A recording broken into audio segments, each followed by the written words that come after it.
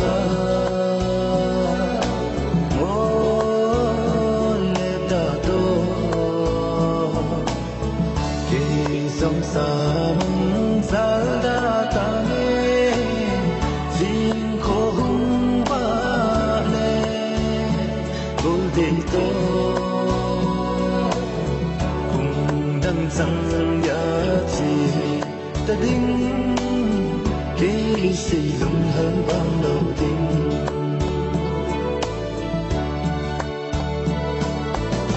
lần gì tình cô đã đây hơn họ sẽ tan sang hi vì khi lần sẽ môi dù cho đình sang thêm hơn nàng cô đình gầm dòng anh ít vì đang ngay khá miêu thế tình hầm